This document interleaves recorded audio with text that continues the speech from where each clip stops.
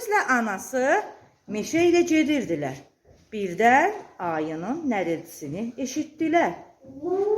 Tez səs gələn tərəfə yönəldilər.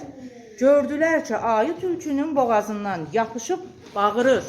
Sən niyə mənim küpümü aşırmısan? Niyə mənim balı yerə dağıtmısan?